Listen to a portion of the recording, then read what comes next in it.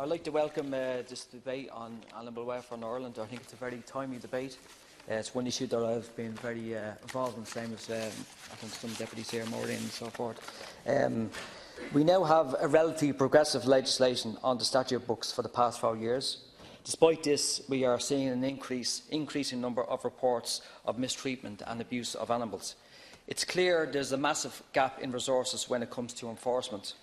Organisations such as the Irish Society to Prevent Cruelty for Animals rely on public donations up to 90%. And I was reading the People for Profit manifesto on animal welfare, and I just want to it's a really good document on animal welfare, but I just want to point out 3 or 4 things that were in the document, which I won't have going time into. But 3 or 4 things is a full audit of animal welfare issues in Ireland to be carried out. Other ones is a stricter punishment and serious fines for those who abuse animals for commercial purposes. Promote responsible pet ownership through school curriculum. Introduce measures requiring all animals, especially pigs and poultry, to be provided with adequate space, natural light and opportunities to carry out their natural behaviours. So that's some of the P4Profit manifesto. Let's call it. There's one issue that I want to speak on tonight. It's an issue that's very close to my heart, is horses, particularly horse in an urban environment. And I think when I was a councillor in South Dublin County Council, I was shocked, and that's an understatement, by the amount of horses that were basically impounded, neglected and destroyed. And if you look over the last 10 years, literally tens of thousands of horses have been destroyed in this country.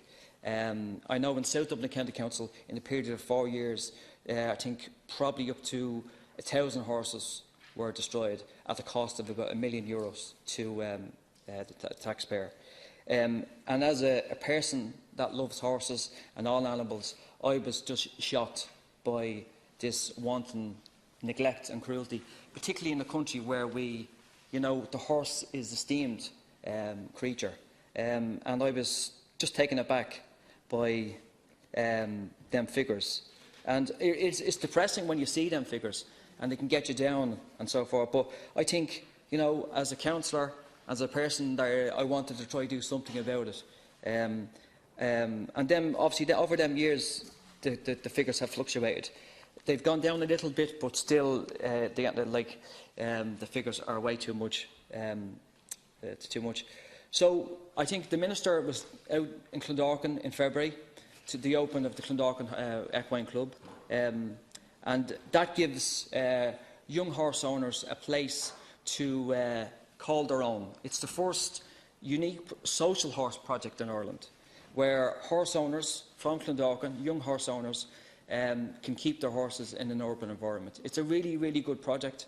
Not perfect by any means, but we're trying to promote equine education, equine responsibility, and all that comes with it. And because, sometimes really, I've seen the worst, absolutely the worst equine neglect that you could imagine. But I've also seen the best equine good practice and so forth. And I think that should be promoted through other county councils around the country, and I think it's a good project. I think the enforcement of people that neglect horses. I mean, there's some people that shouldn't even own a goldfish, never mind a horse. The majority of people that own horses are responsible, and they take good care of their horses. There's a minority of people, a small minority of people, that are unscrupulous, and they're dealers of horses, and they don't care. They don't care about their horses. They don't care about the community that keeps equines in a good way. They don't really care about anybody, and they're the people that the enforcement should go after, the police and so forth. I mean, there's already laws there, the Control of Horses Act in 1996. I mean, that is a good piece of legislation, but it's not enforced. It's not enforced. Ultimately, it's not enforced. I mean, when was the last person that was sent to jail because of abuse of a horse, or neglect of a horse, or an abandonment of a horse, or dealer of a horse? I mean, I can't think of any. So I think, I mean, just to get back on the Clondalkin equine project, I think it's a really good project.